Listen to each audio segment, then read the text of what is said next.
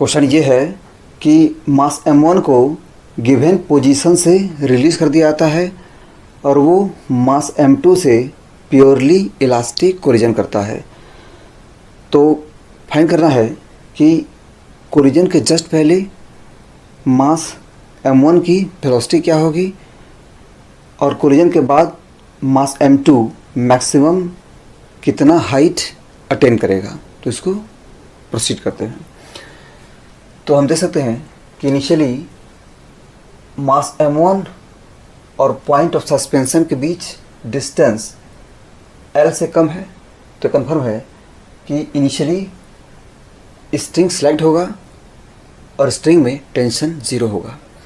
Again मास m1 को release करने के बाद पहले ये फ्री फॉल करेगा क्योंकि स्ट्रिंग में टेंशन 0 है और कुछ डिस्टेंस फ्री फॉल करने के बाद जो स्ट्रिंग है उसमें टेंशन आ जाएगा। ठीक है, तो पहले ये फाइंड करते हैं कि कितना हाइट फॉल करने के बाद इस स्ट्रिंग में टेंशन डेवलप हो जाएगा। ठीक है, मान लेते हैं कि मास m1 इस तरह से फॉल करता है और जब वो इस पोजीशन पे आता है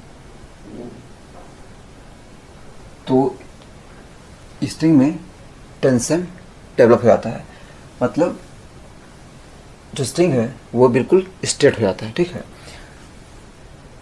तो इस पोजीशन पर जो स्ट्रिंग है वो बिल्कुल स्ट्रेट हो जाता है और स्ट्रिंग में टेंशन डेवलप हो जाता है। मान लेते हैं कि स्ट्रिंग में टेंशन T के इक्वल हो जाता है। ठीक है, तो इस पोजीशन पर स्ट्रिंग मास m1 पर इस तरफ T फोर्स अप्लाई करेगा। ठीक है, तो यहाँ पर कॉन्सेप्ट ये है कि स्ट्रिंग के टाइट होने के जस्ट पहले मास m1 की वेलोसिटी नीचे की तरफ थी। मान लेते हैं कि v0 के इक्वल है, then v0 is equal to root under 2g into H. ठीक है, यहाँ पर ये जो हाइट है फ्री फॉल ये h के इक्वल है। ठीक है, तो कंफर्म है कि v0 की वैल्यू रूट अंडर 2gh के इक्वल होगी।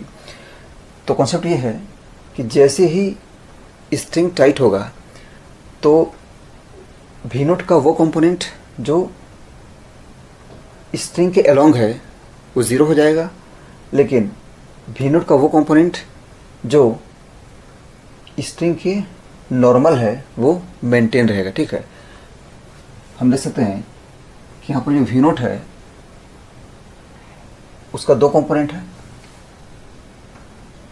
एक कंपोनेंट इस तरफ है, मान लेते हैं कि ये VR है, that is radial component. Again v0 का दूसरा कंपोनेंट इस तरफ हो जाएगा, मान लेते हैं ये VT है, दैट इज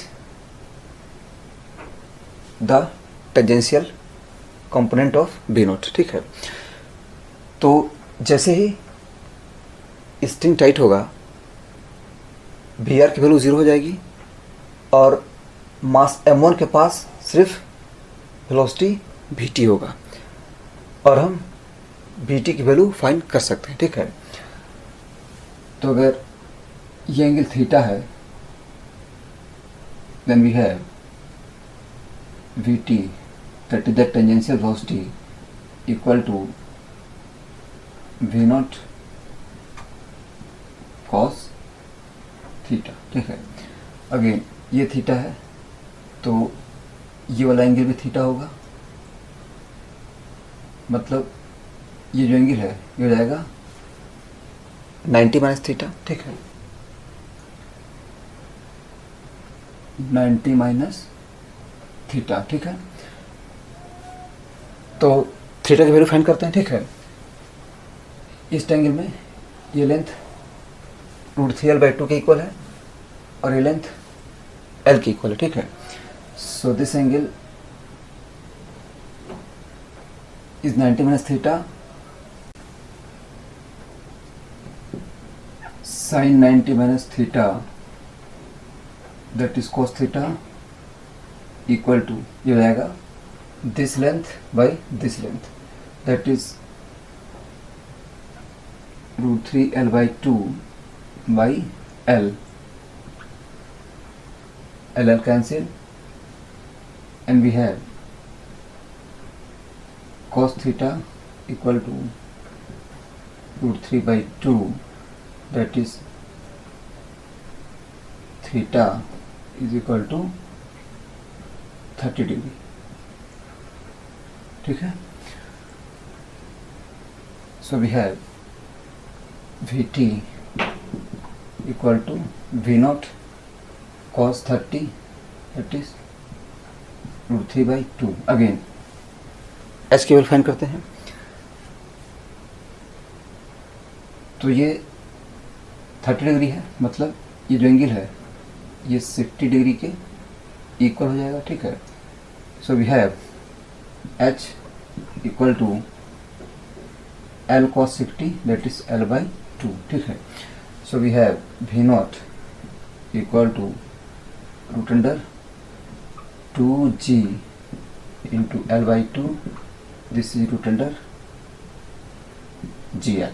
ठीक है, and we have Vt equal to हो जाएगा रूट अंडर 3GL बाई 2। ठीक है, तो इसके बाद मास m1 सर्किल के अलोंग मूव करते हुए मास m2 से कोलाइड करेगा। अगेन s की वैल्यू l बाई 2 के इक्वल है, तो ये कन्फर्म है कि ये जो रिमेनिंग डिस्टेंस है ये भी l बाई 2 के इक्वल होगा। ठीक है, क्योंकि स्ट्रिंग का लेंथ l के इक्वल है और मास m1 l बाई 2 डिस्टेंस नीचे आ चुका है, तो जो रिमेनिंग डिस्टेंस है वो अगेन l बाई 2 के इक्वल होगा।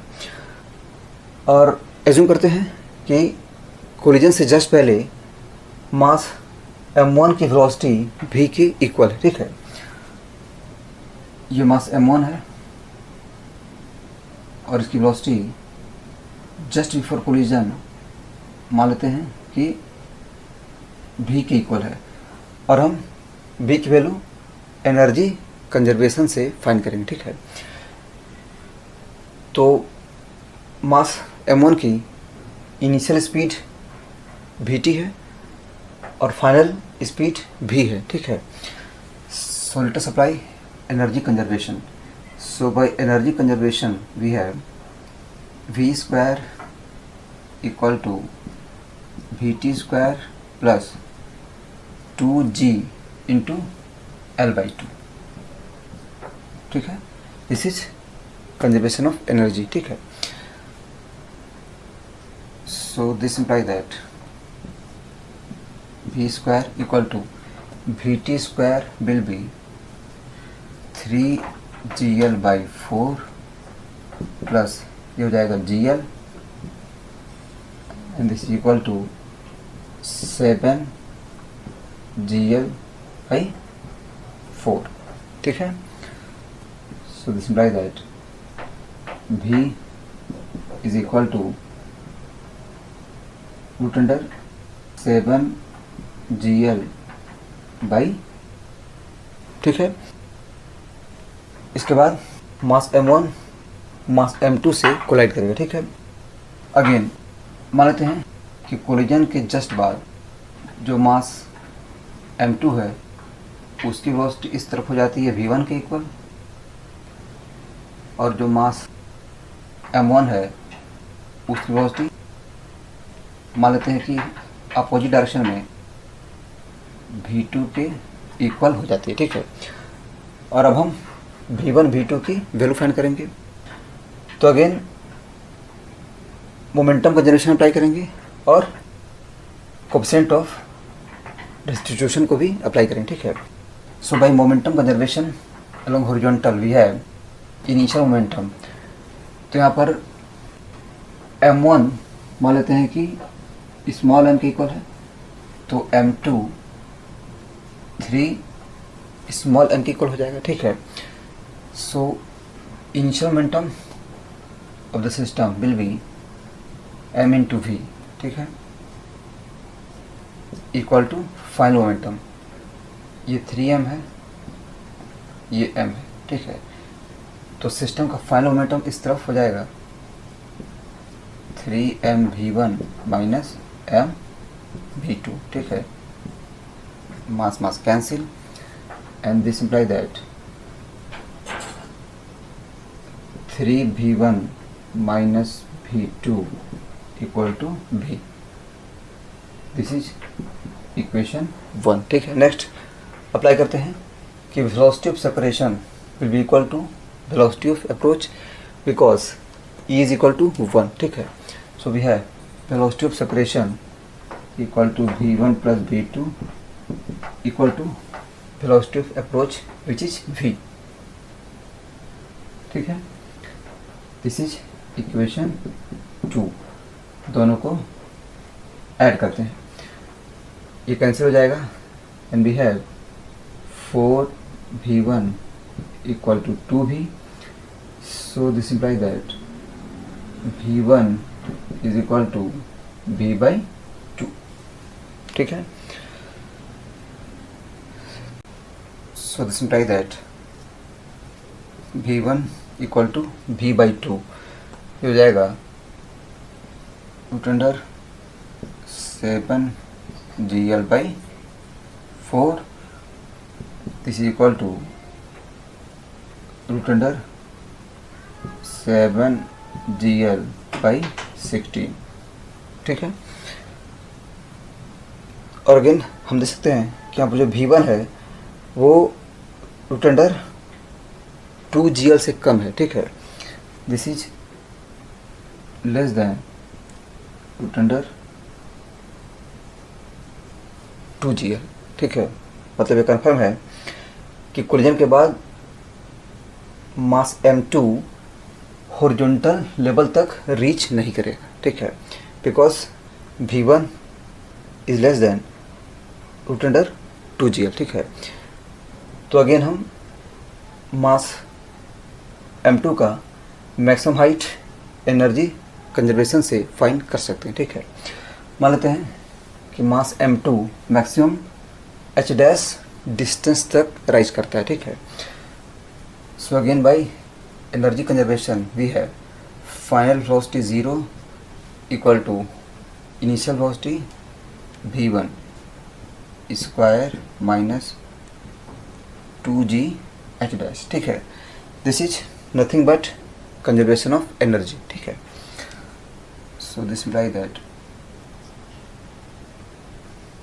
h dash is equal to v1 square हो जाएगा 7gl by 16 by 2g, 2 into G cancel and this is equal to 7 by 32 into l is equal to 32 by 35, ठीक है। So 32 cancel and this imply that h dash is equal to 1 by 5 metre, ये answer हो गया, ठीक है। तो collision से just पहले मास m1 की वेलोसिटी v के इक्वल है, ठीक है, ये आंसर हो गया। और ये भी आंसर हो गया, ठीक है। और इस तरह से ये सॉल्यूशन हो गया। Thank you.